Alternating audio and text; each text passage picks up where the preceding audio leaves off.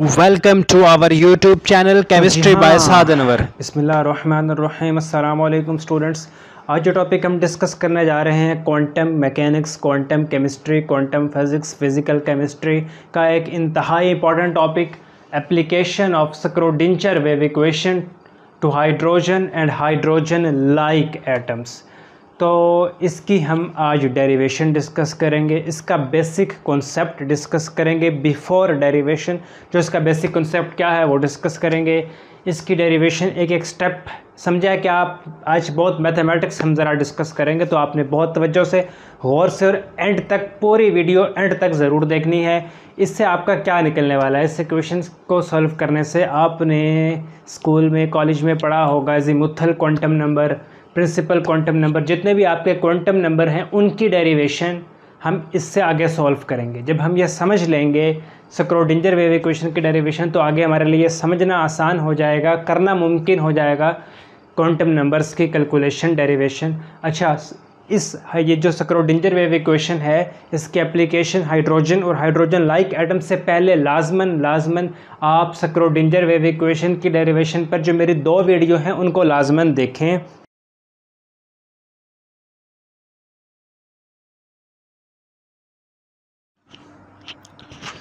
तो जी स्टूडेंट्स, ये आपके पास थ्योरी शो हो रही है, application of Schrödinger wave equation two hydrogen and hydrogen like atom की थ्योरी आपकी स्क्रीन में शो हो रही है। आपने इसे अच्छी तरह पढ़ लेना है। थोड़ा सा मैं पढ़ देता हूँ। Hydrogen atom is a system of 1 proton and 1 electron. हमें पता है the charge on the nucleus is plus ZE and the charge on the electron is -A। तो इसकी थ्योरी आपकी स्क्रीन पे, काइंडली आप इसे थोड़ा पॉज करके स्टॉप करके रीड कर लें। हम जो हाइड्रोजन लाइक एटम में के लिए यूज़ करते हैं वो हीलियम प्लस है, लिथियम 2+ है, बोरान 2+ है, तो इनको भी हम ट्रीट करते हैं इसी सिस्टम में। तो an hydrogen atom is a system of 1 proton and 1 electron.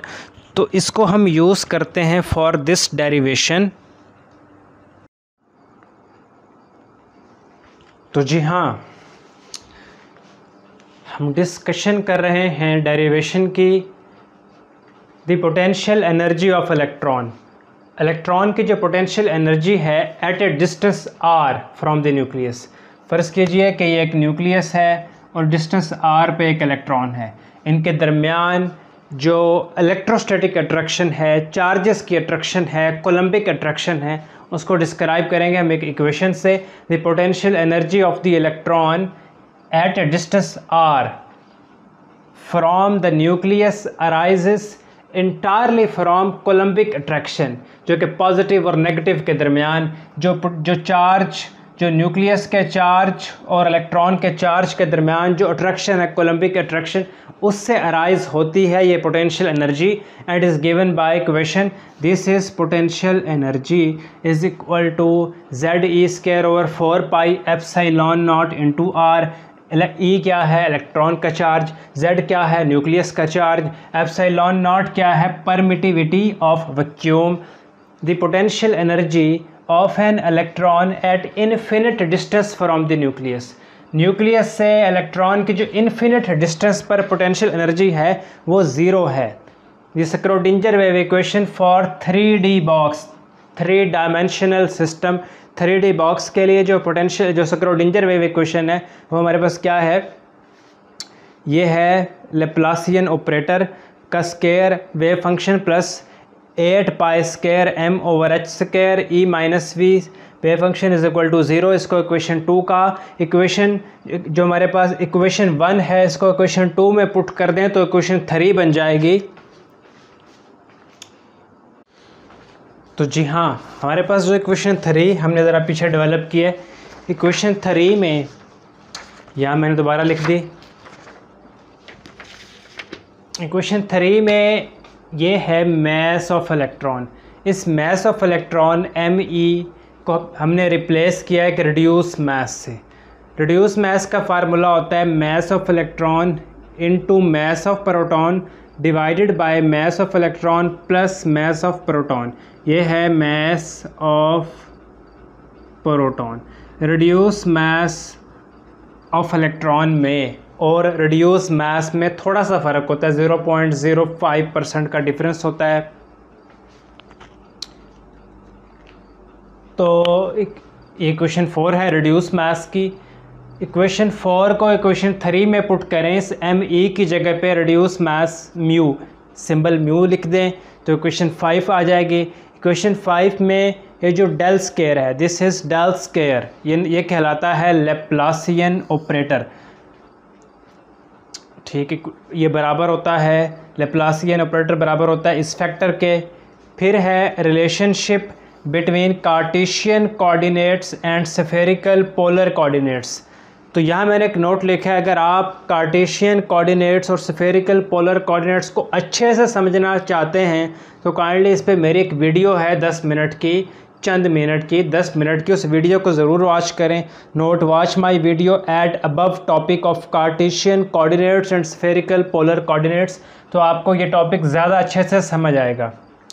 इसमें है कोऑर्डिनेट R, ये जो कोऑर्डिनेट्स R है, measure the radial distance from the origin, ये थीटा है, एक एंगल है, इसको हम बोलते हैं जीनथ एंगल, और जीनथ एंगल, और फिर है एक एंगल म्यू है, ये है एजीम्यूथल एंगल। इनको ज़्यादा अच्छे से समझने के लिए काइंडली आप मेरी वो वीडियो ज़रूर देखें। Since the electron is moving in 3 dimensional, electron nucleus के इर्द गिर्द 3 डायमेंशन में मूव कर रहा है, इसीलिए ये जो 3 कोऑर्डिनेट्स हैं कौन कौन से, R, थीटा और फाई, ये 3 कोऑर्डिनेट्स एनफ हैं, सफाइस हैं, एनफ हैं to describe the position of electron from the nucleus.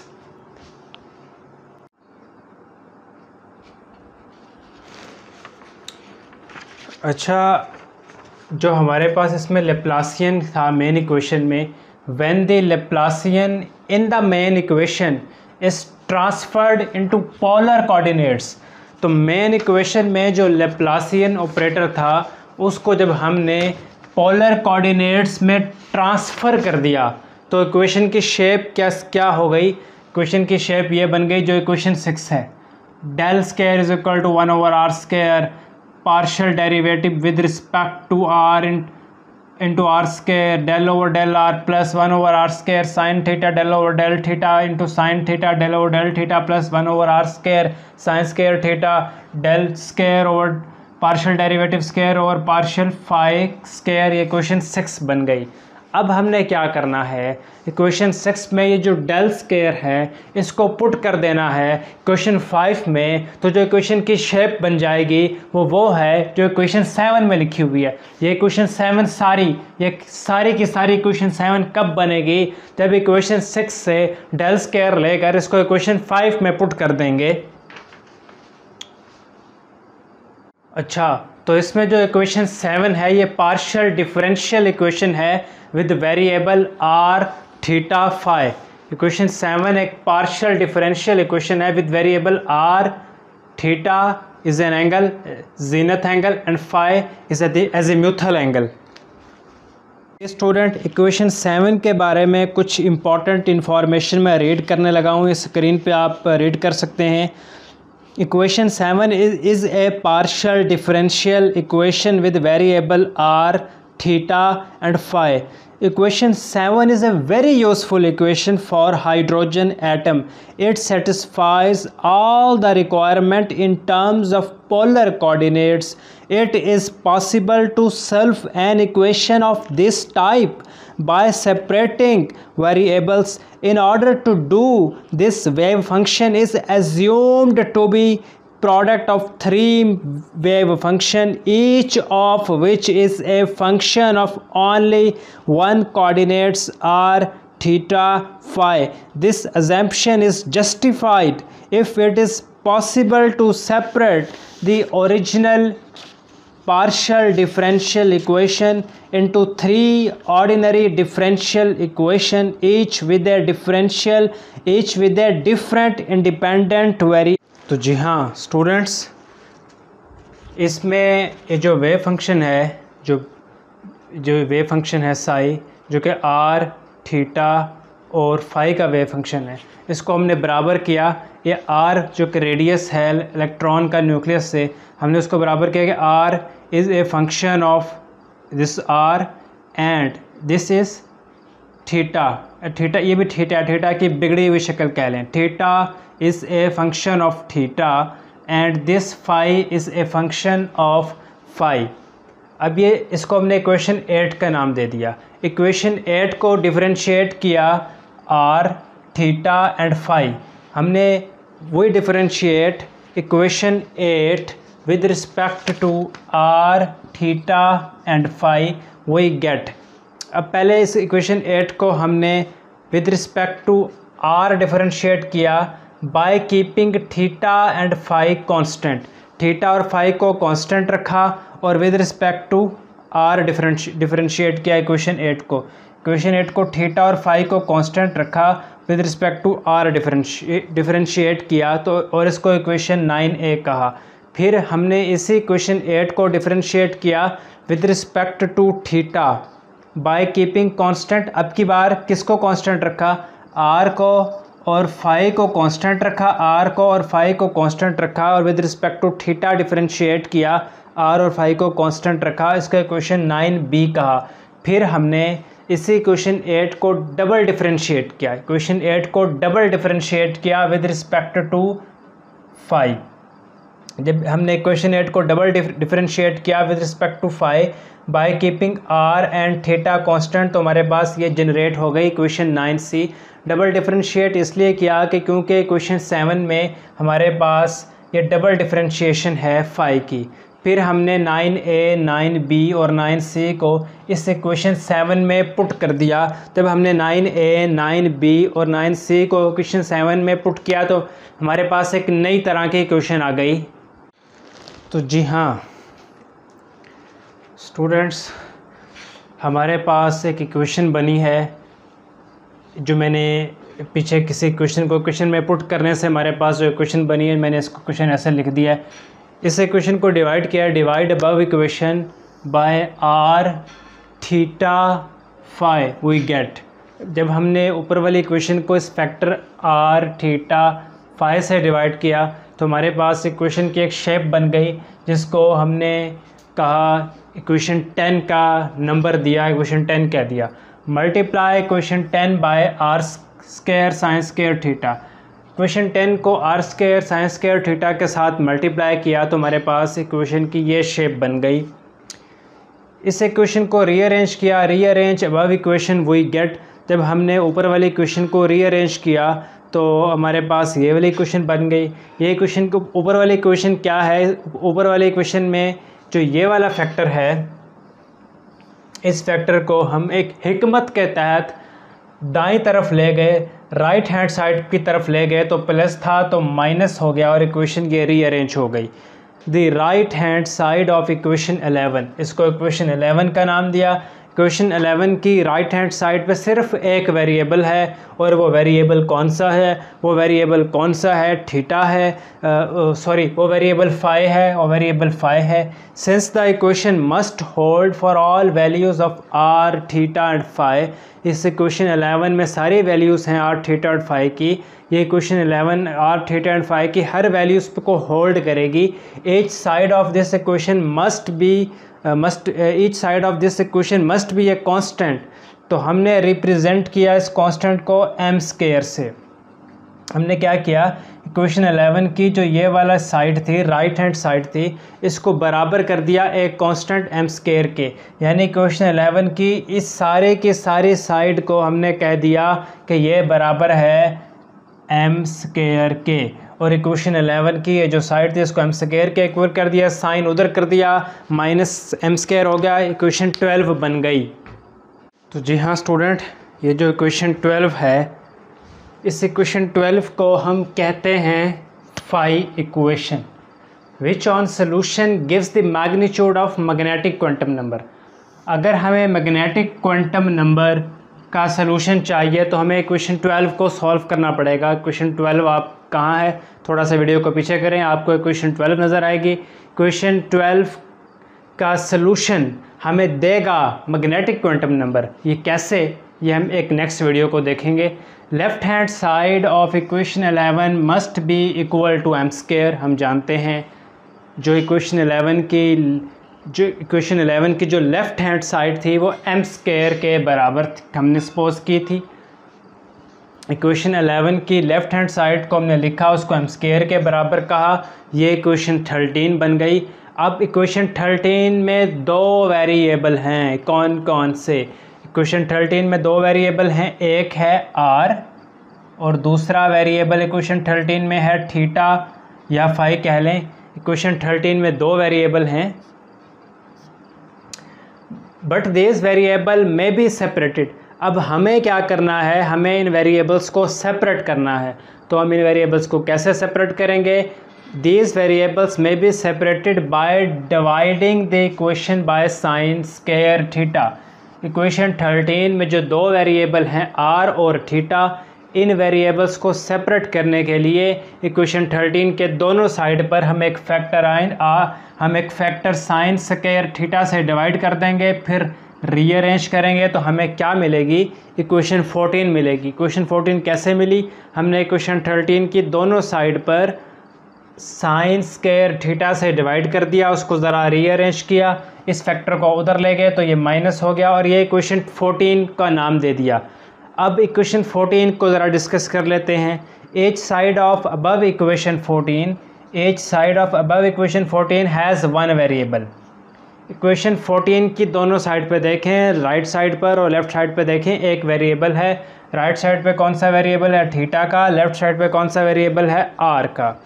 And because the equation must hold for all values of r and theta, each side of the equation must be a constant value, representing this constant value by beta। हमने equation 14 की जो ये वाली side है, left hand side, उसको एक constant value beta के equal करार दे दिया और इसको इक्वेशन 15 कह दिया। तो जी हाँ स्टूडेंट्स, जो हमारे पास इक्वेशन 15 है, इसको हमने मल्टीप्लाई किया by factor R square over small R. Equation 15 को जब हमने इस फैक्टर से मल्टीप्लाई किया तो ये इक्वेशन की शेप आ गई। इस इक्वेशन को हम इस तरह भी लिख सकते हैं और इस इक्वेशन के इस फैक्टर को हम अगर इधर ले आएँ तो ये माइनस हो जाएगा, इसको ज़ीरो के इक्वल कर दें, इक्वेशन 16 हो गई। इसमें इंपॉर्टेंट बात यह है कि equation 16 is called R equation. Equation 16 को जब हम सॉल्व करते हैं तो इसका सलूशन हमें प्रिंसिपल क्वांटम नंबर देता है। इसी तरह हमारे पास एक इक्वेशन 14 थी जिसकी हम लेफ़्ट हैंड साइड को बीटा के इक्वल ऑलरेडी करार दे चुके थे, उसकी अब राइट हैंड साइड को बीटा के इक्वल करार दें तो इक्वेशन 17 बन जाती है। अब इक्वेशन 17 को हम इस थीटा के साथ मल्टीप्लाई करें और रीअरेंज करें तो हमारे पास इक्वेशन 18 बन जाती है। जब हमने इक्वेशन 17 को थीटा के साथ मल्टीप्लाई किया और रीअरेंज किया, अब इक्वेशन 18 के साथ हमने थोड़ी कॉस्मेटिक्स की, इसके साथ थोड़ी मैथमेटिक्स की। हमने क्या किया कि ये माइनस का साइन उधर ले गए तो यहाँ माइनस हो गया।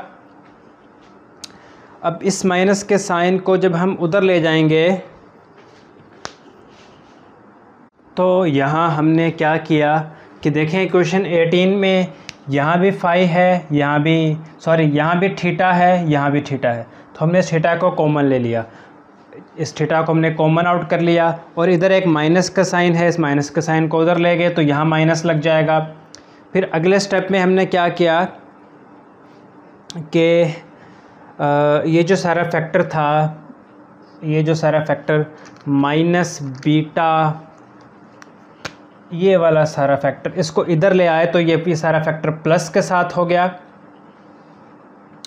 यहाँ ब्रैकेट लगा लें तो ज़्यादा अच्छा है। ये फैक्टर सारा प्लस के साथ हो गया, इसको इक्वेशन 19 कह दिया। इक्वेशन 19 को हम कहते हैं थीटा इक्वेशन।